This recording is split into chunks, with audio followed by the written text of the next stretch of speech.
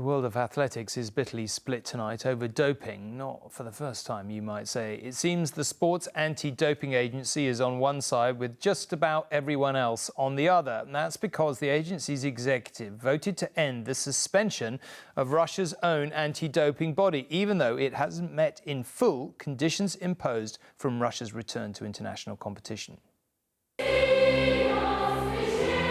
This was a regime so desperate to be a superpower in the world of sport, it invested millions in the science of cheating. Its athletes paid the price when those activities were uncovered, but today, controversially, they've taken a big step back to being reinstated in international competition. 3 years ago, Russia was condemned for sponsoring the doping of its sportsmen and women on an industrial scale.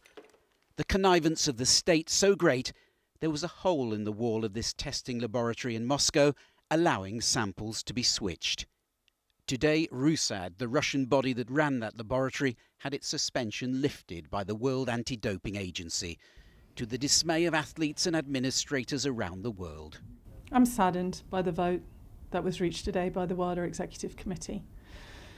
I had, at the very least, hoped that they would have decided to delay the decision about the reinstatement of Russia. Since 2015, only Russian athletes who can prove they're clean have been allowed into Olympic competition, and then under the Olympic flag, not their own.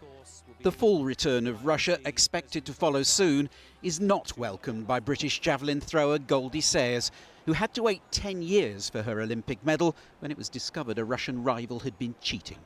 They have proven beyond reasonable doubt that they had a state-sponsored doping organisation, and I think on behalf of all the clean athletes worldwide, of which there are hundreds and thousands, it doesn't send out a good message at all. Perhaps most galling is the prospect of Russia being readmitted to the sporting family without ever admitting it did anything wrong. Paul Davis, News at 10.